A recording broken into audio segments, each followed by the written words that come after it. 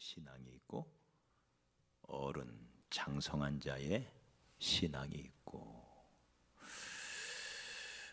우리가 구원을 받았다고 하지만 우리는 이제 어린아이, 영적으로 어린아이에 불과합니다. 그래서 우리의 신앙은 이제부터 출발인 거죠. 출발. 구약에서는 이스라엘 백성들이 애굽에서 나오고 그것이 끝이 아니라 가나안까지 가는 여정이 시작돼요. 시작이죠. 그래서 무사히 가나안까지 가는 것이 신앙의 마지막 종착점이에요. 그런데 가지 못하고, 출발은 잘 했는데 가지 못하고, 가나안에 들어가지 못하고 광야의 돌무덤에 갇힌 사람들이 많이 있었습니다. 그래서 내가 멋진 출발 중요하죠. 그러나 동시에 마지막 종착점은 가나안이다. 그때까지 우리가 어린아이로부터 시작하지만 장성한 자의 분량까지, 장성한 자의 분량 어디죠? 예수 그리스도죠. 우리의 성장의 목표는 항상 예수님이 됩니다. 그래서 예수님처럼 되는 것, 이것이 믿음 성장의 마지막 목표 지점이죠. 12절에 보니까 때가 오래므로 너희가 마땅히 선생이 되었을 터인데, 우리가 시간이 많이 갔는데도 성장하지 못하는 경우도 종종 있다는 거예요. 때가 오래되면 믿음이 자라야 되는데 시간이 지났는데도 여전히 초보에 머물러 있는 어린아이 수준에서 벗어나지 못하는 경우가 왕왕 있더라. 다시 말해 믿음과 시간은 절대로 비례하는 게 아니더라. 주님께서도 일찍이 말씀하시기를 먼저 된 자가 나중되고 나중된 자가 먼저 된다. 신앙 안에서는 늘 역전 현상이 벌어질 수 있다. 먼저 됐다고 꼭 앞서가는 게 아니에요. 늦게 믿었다고 꼭 뒤처지는 게 아니에요. 늦게 믿었어도 얼마든지 역전이 가능해요. 먼저 된 자가 나중되고 나중된 자가 먼저 된다. 이 사실을 우리가 꼭 기억해서 때가 오래됐다고 해서 절대 믿음이 좋다고 할 수가 없어요. 믿음은 항상 현재적이에요. 현재적. 지금 내 상태가 어떠냐 하는 게 가장 중요하고, 동시에 우리의 신앙 인격도 마찬가지입니다. 신앙 인격도 하나님의 말씀으로 꾸준히 우리 자신을 채찍질하고 다스리고 깎아가야 돼요. 나는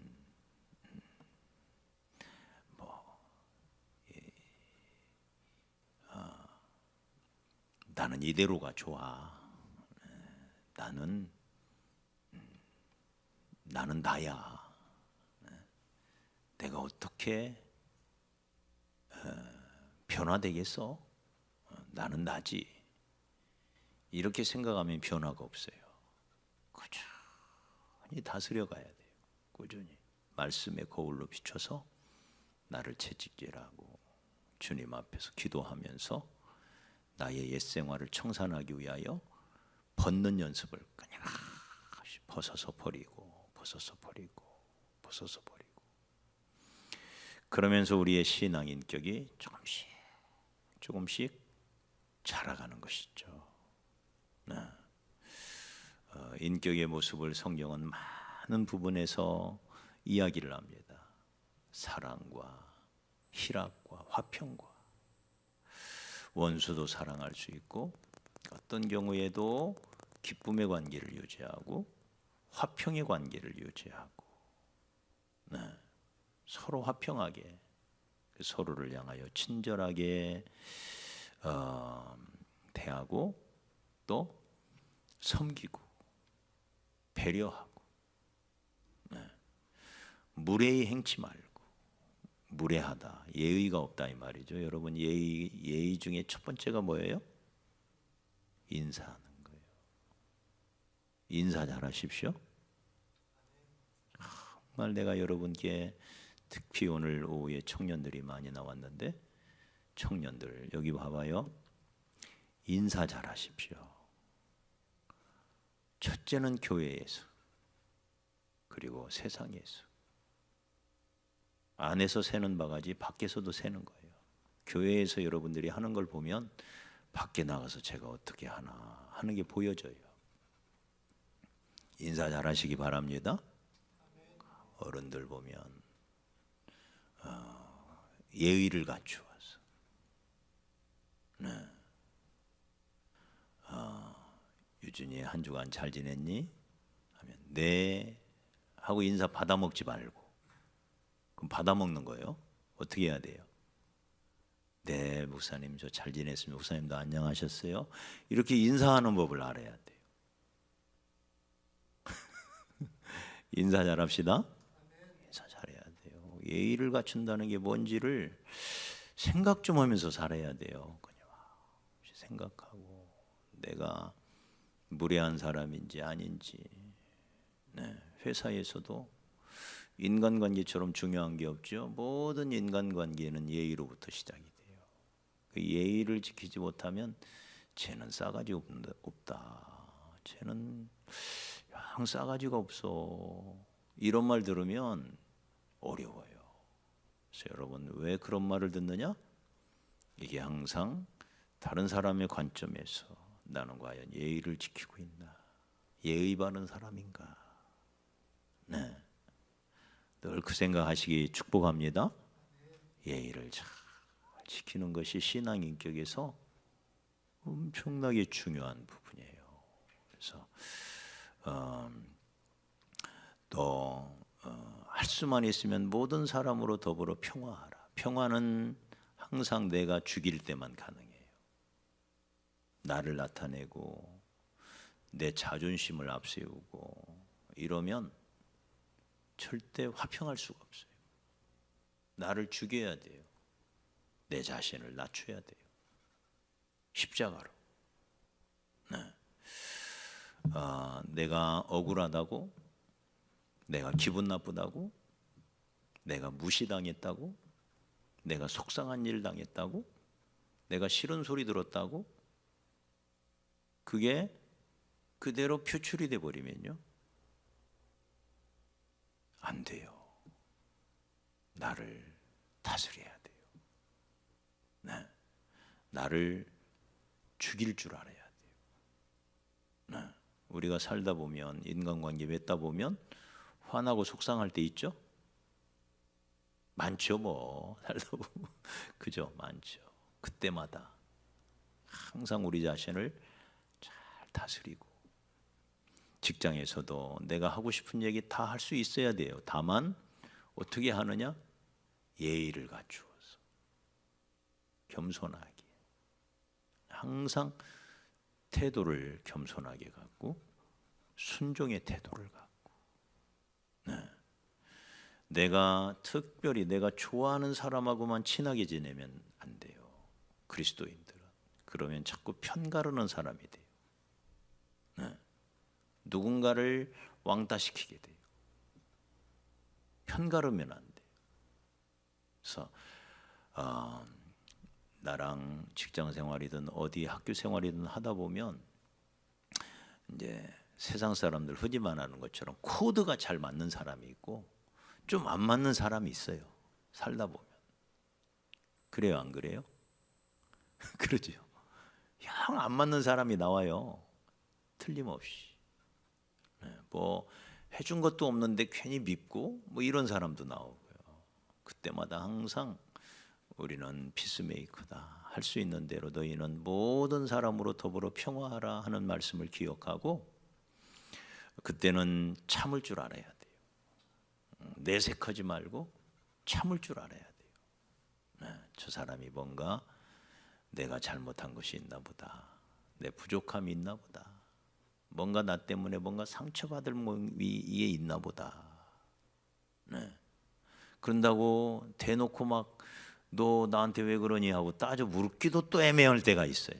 물을 수도 없어요. 어떤 때는 참고 인내하며 하나님께 맡기고 기도하다 보면 또 하나님이 풀어주셔요. 그 상황을 풀어주셔요. 열어주셔요. 그때까지 참고 기다리며, 그때 예수님을 생각해야죠.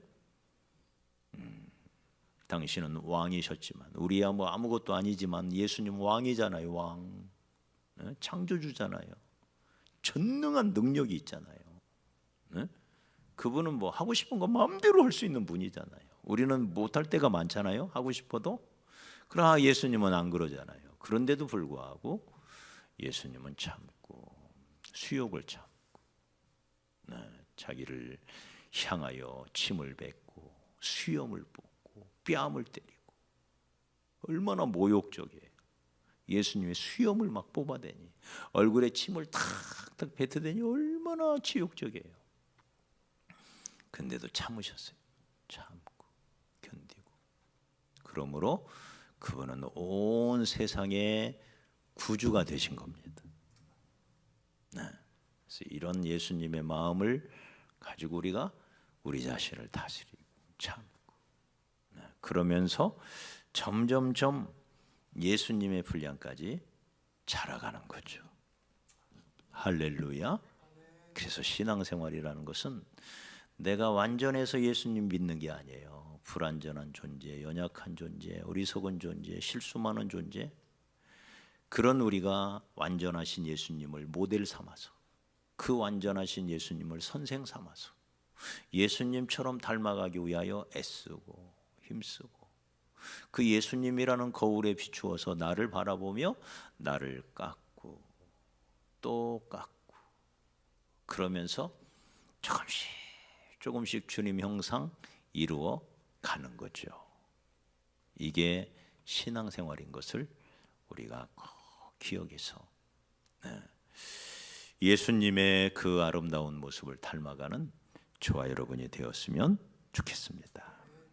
그러면서 오늘 실제로 나누고자 하는 말씀은 6장이에요. 6장. 자, 6장은 성경에서 가장 난해한, 해석하기 어려운, 이해하기 어려운 그런 장으로 알려져 있습니다. 히브리서 6장. 자, 그러므로 우리가 그리스도의 도의 초보를 버리고 죽은 행실을 회개함, 하나님께 대한 신앙, 세례, 안수, 죽은 자의 부활, 영원한 심판에 관한 교훈의 터를 닦지 말고, 다시 닦지 말고, 이건 도의 초보다. 이 초보 수준에 머물러서 맨날 그 초보만 붙들고 살지 말고, 이제는 그걸 버리고 완전한 대로 나아가라. 5장 우리가 마지막 부분 본 것처럼 장성한 자의 분량으로 나아가라. 초보에만 머물러 있지 말아라. 자꾸 너희는 장성한 자의 분량, 완전한 대로 나아가라 라고 말씀하세요. 3절, 하나님께서 허락하시면 우리가 이것을 하리라. 자, 4번 읽어요. 시작. 한 번 빛을 받고 하늘의 은사를 맛보고 성령에 참여한 바가 되고 하나님의 선한 말씀과 내세의 능력을 맛보고도 6절 타락하며 다시 새롭게 하여 회개하게 할 수 없나니, 이는 그들이 하나님의 아들을 다시 십자가에 못 박아 드러내놓고 욕되게 함이라. 이 말씀을 보면 구원을 받고도, 하나님의 은혜를 받고도 타락하면 어떻게 된다? 다시 새롭게 될 수가 없다. 그러니까 우리가 구원받았다고 함부로 자랑할 게 못 된다. 빛을 받고 구원받은 거죠. 하늘의 은사를 맛봤어요. 성령에 참여했어요. 구원받은 거죠. 하나님의 선한 말씀 내세의 능력을 맛봤어요. 구원받은 거죠. 맞아요? 잘 보셔. 맞아요? 그런데 타락할 수 있다. 그럼 이렇게 타락하면 다시 새롭게 하여 회개할 수 없다? 왜? 그러면 다시 예수님이 또 한 번 십자가에 못 박아 죽여야 돼. 에? 구원 받았어. 무슨 말이에요? 십자가 은혜로 구원 받았다는 얘기예요. 그런데 그 도를 버리고 타락했어. 다시 세상으로 갔어. 구원을 잃었어. 그럼 다시 구원 받으려면 어떻게 해야 돼요? 또 예수님 한 번 죽어야 하잖아. 그럴 수 있어요, 없어요? 없어. 그래서 다시 새롭게 할 수가 없대. 이 사람은 예수님을 또 죽일 수가 없으니까. 그래서 이 말씀은 굉장히 어려워요. 그러면 구원받은 후에 구원을 이룰 수 있나? 말씀대로라면 어때요? 이루어져.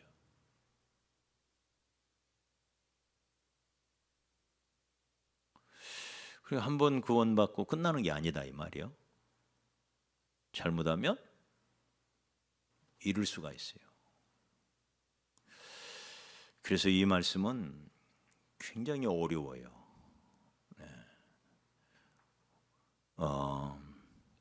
이 말씀을 그래서 우리가 잘 들여다봐야 돼요. 이게 어떤 말씀인가? 구원을 이룰 수 있다? 이 말은 영원한 생명을 얻은 우리가 그 생명이 죽을 수도 있다 그 말이잖아요. 그럼 벌써 모순이 생기잖아요. 그죠? 영원한 생명인데도 죽으면 어떻게 돼요? 그 영원한 생명이야? 아니죠. 내가 저희에게 영생을 주노니 영원히 멸망치 아니할 터이요. 뭐 안 되지요. 그러니까 또 저희를 내 손에서 빼앗을 자가 없다. 그 누구도 아버지 손 안에 있는 구원을 뺏어갈 수가 없대. 저희를 주신 내 아버지는 만유보다 크심에 이 세상 그 어떤 것보다도 크신 하나님의 손 안에 우리의 구원이 담겨져 있어요. 그러니 아버지 손에서 누구도 뺏어갈 수가 없어요. 다시 말해 구원은 안전한 거예요. 이것을 성령으로 인치셨다 그랬어요. 성령으로 인치셨다. 성령은 하나님이세요. 성령으로 도장을 딱 찍어버린 거예요. 누가 도장을 뗄 수 있어요? 하나님이 찍은 도장을 뗄 수 있어요? 누가 떼죠? 누가 떼요? 하나님이 떼지 않고는 뗄 수가 없죠? 마귀가 와서 뗄 수 있어요? 내가 가서 뗄 수 있어요? 내가 마귀보다 세요? 마귀도 못 떼는 걸 내가 떼요? 하나님은 절대 떼지 않겠죠? 그죠? 그 하나님이 안 떼는 걸 내가 떼요? 그래서 이걸 구원의 안전성, 구원의 영원성, 완전성, 내 안에 오신 성령님이 또 떠나간단 말이에요. 구약시대나 그랬지. 내 안에 오셔서 내 몸을 성전 삼아 거하시는 성령님이 내가 범죄했다고 나를 버리고 성령님이 떠나간다고?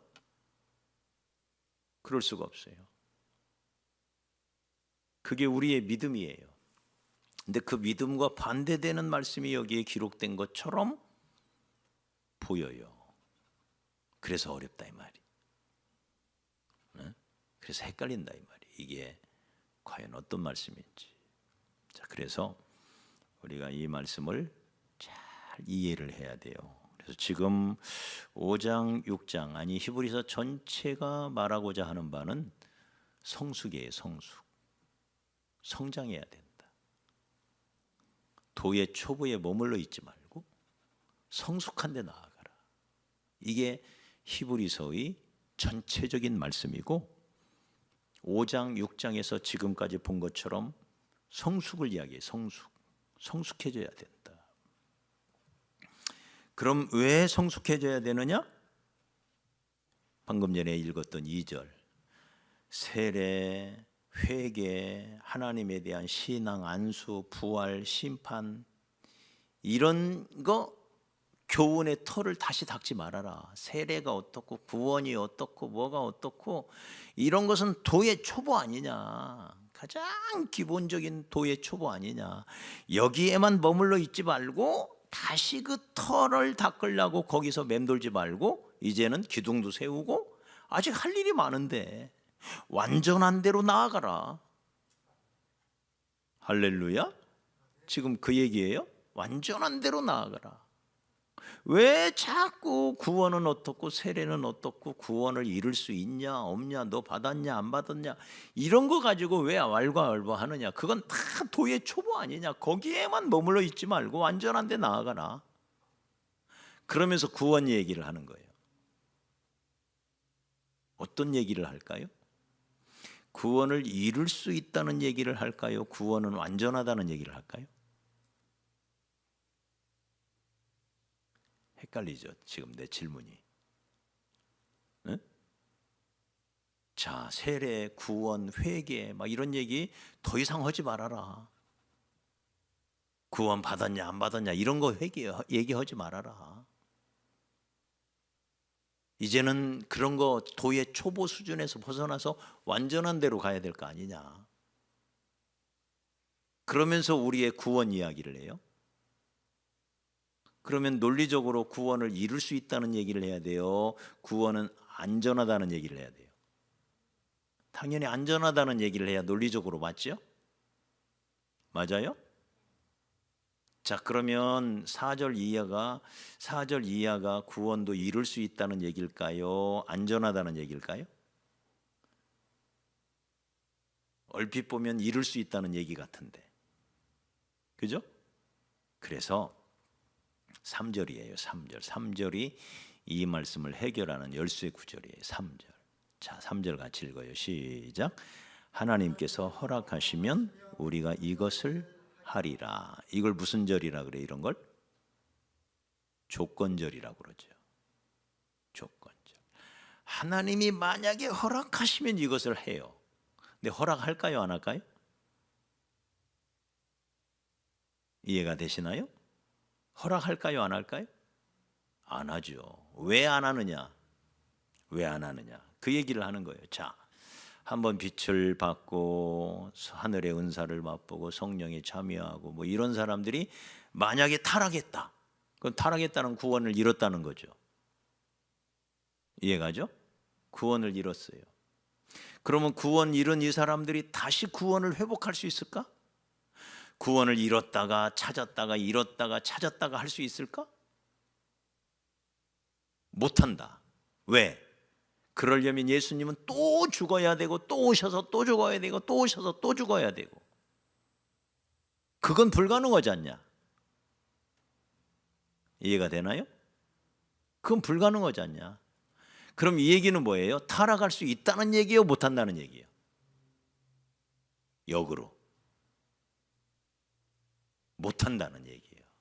그 타락하면 예수님 또 죽어야 되는데 그럴 수 있어요?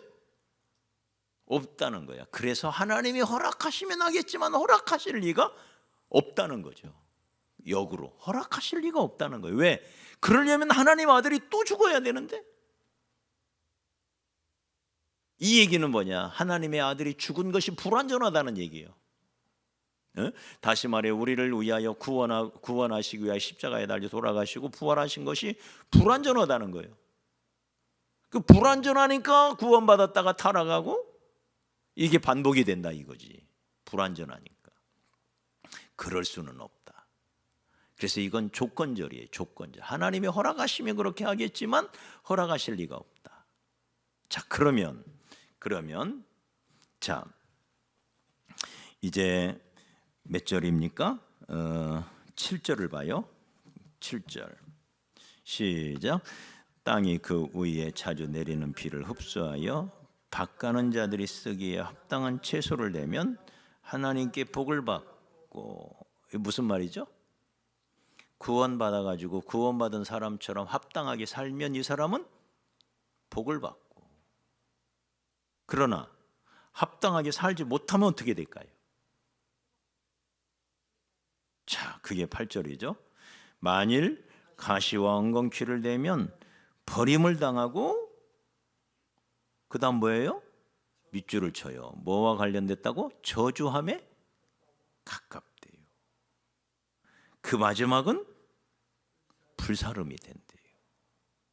자, 그러면 그 마지막은 불사름이 된다는 게 구원을 잃어버렸다는 얘기일까?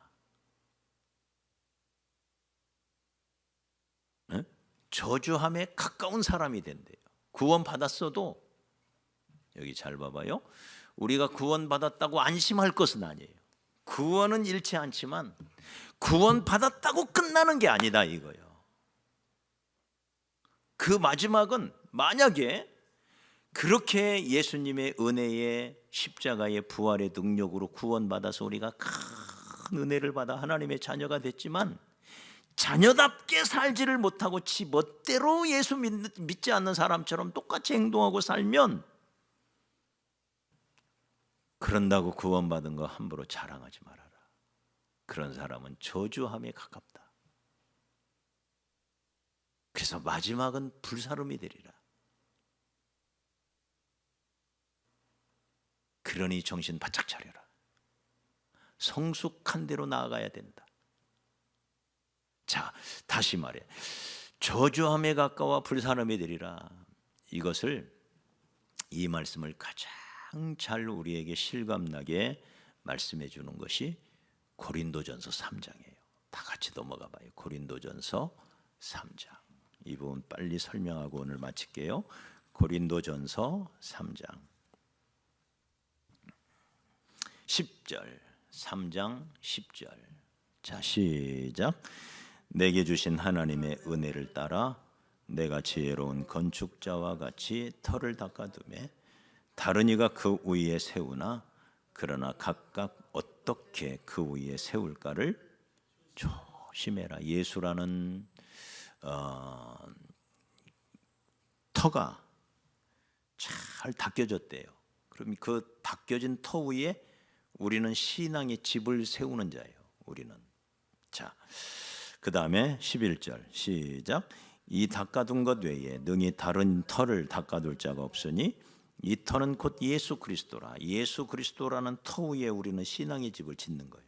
이거 모두가 구원받은 거예요. 모두가 예수 그리스도를 근거로 세워졌으니까 다 구원받은 거예요. 자, 그런데 그걸로 끝나는 게 아니래요. 그 예수 그리스도라는 이 신앙의 터 위에 어떤 집을 짓느냐. 자, 12절 시작. 만일 누구든지 금이나 은이나 보석이나 나무나 풀이나 집으로 이 터 위에 세우면 두 종류의 건축 자재가 나와요. 금이나 은, 보석, 이건 불에 안 타는 거예요. 나무나 풀, 집, 이건 불에 타는 거예요. 두 종류로 나누죠. 자, 13절 시작. 각 사람의 공적이 나타날 터인데, 우리가 신앙의 집을 짓는데 나중에 이 신앙의 집을 중공검사를 한대요. 중공검사. 제대로 졌나. 근데 그 검사를 불로 한대요. 불로. 각 사람의 공적이 나타날 터인데 그날이 공적을 밝히리라. 집 지은 공로를 밝힐 건데 불로 나타낸다. 그 다음에 그 불이 각 사람의 공적이 어떤 것인가를 시험한대. 이 사람이 집을 제대로 졌나 안 졌나를 불로써 시험을 한대. 14절 시작. 만일 누구든지 그 위에 세운 공적이 그 집이 그대로 있으면 상을 받고, 그런데 누구든지 그 공적이 불타면 해를 받으리라. 불에 타버린대요. 이 사람은 뭐를 받는다? 해를 받는다. 그러니까 우리가 예수 믿고 구원받았다고 다 상 받는 게 아니라는 거예요. 어떤 사람은 책망을 받는 사람이 있대요. 해를 받는 사람이 있대요. 두 종류가 있다는 거예요. 그러니까 내가 구원받았다고 끝나는 게 아니다 이 말이에요. 완전한 대로 나아가야 돼요. 그래야만 상을 받을 수가 있어요. 상을 못 받고 해를 입는 사람이 있어요. 어떻게 해를 입느냐? 15절 시작. 누구든지 그 공적이 불타버리면 해를 받으리니 그러나 자신은 구원을 어떻게 한다고요? 받되. 받기는 받는데 어떤 구원? 불 가운데서 받은 것 같은 구원. 여러분 저녁에 잠을 자는데 불이 났어요. 막 불이 막 불길이 치솟아 올라오는 거예요. 어떻게 해야 돼요? 뭐 옷 챙겨 입을 수도 없죠. 그냥 막 벌거벗은 몸으로 막 목숨은 건져야 되니까 막 정신없이 튀어나왔어요. 네. 나머지 속옷도 다 타버리고 막 머리카락도 다 거슬리고, 네. 집에 있는 건 다 타버리고 목숨은 건졌어. 목숨은. 네. 그와 같은 구원을 받는다 이거예요. 목숨만 겨우 건진 구원. 근데 다 타버리고 아무것도 없는 거야. 살아야 산 게 아니야. 이제 뭐 먹고 살아 이제. 다 타버렸으니. 네? 그와 같은 구원을 받는다는 거예요. 목숨은 건졌어. 그건 다행이야. 그건 정말 천만다행이야. 근데 아무것도 남지 않아. 다시 히브리서로 넘어와요. 8절 6장 8절 시작. 만일 가시와 엉겅퀴를 내면 버림을 당하고 저주함에 가까워 마지막은 불사름이 되리라. 이게 그 말씀이다 이 말이에요. 불 가운데서 얻은 구원. 목숨은 건졌어. 그러나 그래서 이런 구원을 부끄러운 구원이라. 구약의 시각으로 말하면 애굽에서 나왔는데 가나안에 들어가지 못하고 광야에서 방황하다가 돌무덤에 갇혀버리는 사람들처럼 이렇게 될 수가 있다. 그래서 여러분 우리 모두 정말 예수 잘 믿읍시다. 믿고 믿음으로 나는 믿음으로 구원받았다. 하나님의 은혜와 사랑이 임했다. 이거 자랑하고 막 그걸로 끝나면 아무것도 아니라는 거예요. 네, 저주함에 가까운 사람이 돼요. 목숨을 건지긴 건졌어. 그러나 그 목숨 건졌다고 자랑할 게 없어. 눈썹도 머리카락도 다 꼬슬리고 모아놓은 거 하나도 없이 완전히 그냥 목숨만 겨우 건진 거예요. 그 천국에 가긴 갔는데 부끄러워서 고개를 들 수가 없는 구원. 네, 이게 부끄러움을 당하리라 하는 말씀이 그거예요. 부끄러움을 당하리라.